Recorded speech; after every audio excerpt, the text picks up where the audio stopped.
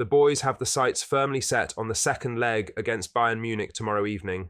So in today's video, we will discuss the build-up to that game, whilst going over all the latest Celtic news from the last 24 hours. But first, make sure you like this video and subscribe to the channel for more Celtic content. Celtic earned a convincing win over Dundee United to take another stride towards the Scottish Premiership title. Brendan Rodgers was delighted with the boys' performance as the Celtic manager praised his team and Callum McGregor for their performance over the Tayside club, with a gap of 13 points now set at the top of the Scottish Premiership table and just 12 games left to play. Celtic are on course to win the 55th league title of their history at the end of this current season. Reflecting on the defeat, Dundee United boss Jim Goodwin picked out one Celtic hero, as he said he can now understand why Brendan Rodgers shelled out a huge chunk of cash for him in the January transfer window. Goodwin told Dundee United TV, "It was a really tough afternoon for us. Obviously we had a game plan in mind, and I thought the shape and the structure behind the ball were really good from the off. But unfortunately we concede that first goal that we think is so avoidable on our part. McGregor receives the ball on the edge of our 18-yard box. The second one is quite similar, really," continued Goodman. "We know the quality that Jota has got, hence why Celtic paid £8 million for him in the January transfer window. But he favours coming in on his right foot when it does come along the edge of the 18-yard line. We then need to try and engage, and we need a midfielder or a defender to get out there a little bit quicker and try and put a block on. So at 2-0, obviously it's a mountain to climb, but, the message at half-time was the next goal. If we can get it, then we can maybe increase the tension and create a little bit of anxiety within here." But I've got to credit Celtic. They have got such high standards and consistency all season. We were hoping that they might have one eye on next week, given that they're still in that tie against Bayern Munich. But that's the professionalism of this team, and, they are relentless, and I think that's the bottom line. We've got to credit the opposition sometimes, and unfortunately we're just beaten by the better team. Celtic are now 13 points ahead of Rangers after the Ibrox club's latest win against Hearts at Tynecastle this afternoon. With 4 games to go till the next Glasgow derby, there is a chance that Celtic could make the league title win official with a win over Rangers at Celtic Park. Until then, thought, the Hoops have the small matter of the Champions League to attend to in less than 48 hours as Brendan Rodgers looks to pull off a great escape and beat Bayern Munich by 2 goals or more to progress into the last 16 of Europe's premier competition. Now for the main story, as ahead of Tuesday's Champions League second leg between Bayern Munich and Celtic, Amazon Prime brought together Brendan Rodgers and Martin O'Neill for a special interview.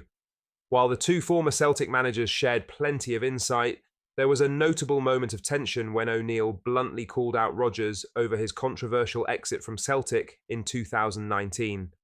During the discussion, Rodgers reflected on his first spell at the club, explaining that he felt he had taken Celtic as far as he could before leaving for Leicester City. However, O'Neill was having none of it, cutting Rodgers off with a no-nonsense response. The exchange between O'Neill and Rodgers was as followed. Rodgers: "I was here the first time, I had a great spell, and then probably more on my own mind it was football. I felt maybe I'd taken Celtic as far as I could." O'Neill: "No, you just wanted to leave, young man. You just wanted to leave." Rodgers laughed and smiled, but there was a clear bit of needle between the two, as O'Neill's matter-of-fact response left no room for interpretation. Rodgers' mid-season departure to Leicester back in 2019 remains a sore subject for some Celtic supporters. While he won 7 domestic trophies in a row and built one of the most dominant sides in club history, his sudden exit in February, with a treble still on the line, left many feeling betrayed. O'Neill, one of Celtic's most iconic managers, clearly wasn't going to let Rodgers rewrite history with a more diplomatic explanation. His direct response will resonate with fans who still question Rodgers' motives for leaving at that time. While the exchange provided a bit of entertainment ahead of Tuesday's match, Rodgers will now be fully focused on trying to overturn the 2-1 deficit at the Allianz Arena. With Amazon Prime broadcasting the match live, Celtic fans will be hoping to cause a massive upset. In other news, former Celtic Academy defender Jamie McCart endured a nightmare at Tynecastle on Sunday, scoring 2 own goals to gift Rangers a 3-1 victory over Hearts. The ex-Celt handed Philippe Clement's side an unlikely 3 points in a match where they were far from convincing. McCart, who came through Celtic's youth ranks but never made a senior appearance, twice put the ball into his own net, ensuring Rangers kept up the illusion of a title race, at least mathematically. The win, however, does little to shake Celtic's commanding position at the top of the SPFL table, with Brendan Rodgers' men maintaining a 13-point lead. The player joined the club as a youngster in 2012 and spent 7 years at Celtic before being released in 2019. It was a frustrating afternoon for Hearts, who had looked the better side for large spells, but were undone by misfortune. Rangers, for their part, were sluggish and lacking ideas, but McCart's misadventures meant they didn't have to do much to leave Edinburgh with the points. For Celtic fans, there was an ironic twist to the result. While Rangers struggled to create anything of note, it was a former Hoops youngster who ultimately did their work for them. As things stand, Rodgers' side remain firmly in control of the league, with the finishing line beginning to come into view. Lastly, Celtic's financial situation has continued to improve in recent years after largely dominating proceedings in Scotland. The Scottish champions' latest full-year accounts for 2023-24 showed their overall revenue increased from £119.9 million to a new club record figure of £124.6 million. Celtic did, however, suffer a minor hit in revenue in the first half of the 2024-25 financial year, with their turnover falling from £85.2 million to £83.5 million.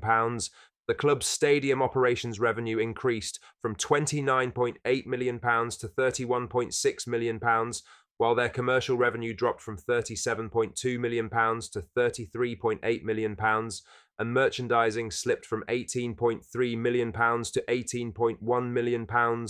Finance expert Stefan Borson exclusively told Football Insider their overall revenue is still expected to increase slightly this year, following their success in the Champions League.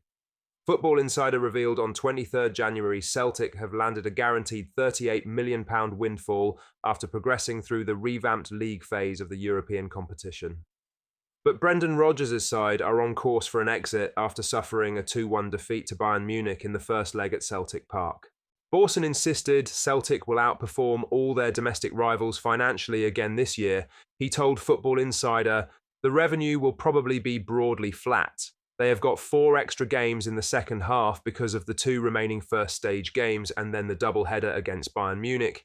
Clearly they are not out of it, but it does look like they probably will go out. They will be slightly up on last year, but not massively. Clearly they are going to be outperforming everybody else in Scotland by a mile, so I don't think it's a terrible season. They will have done something like £40 to £45 million from the Champions League. Celtic's pre-tax profit increased to £44 million in the first half of the 2024-25 financial year, despite their fall in revenue.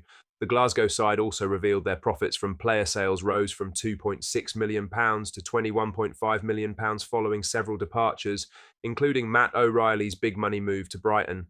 The club broke their transfer record twice last summer after spending £28.1 million on new signings, with Arnie Engels and Adam Eder the most expensive additions. Celtic claimed the Premier Sports Cup trophy after beating Rangers on penalties in December and hold a healthy lead at the top of the Scottish Premiership table. Celtic fans, what are your thoughts on what we discussed in today's video? Let us know down in the comments section below. That does bring us to the end of today's video. Make sure you hit the like button and subscribe to the channel for more Celtic content. Thank you,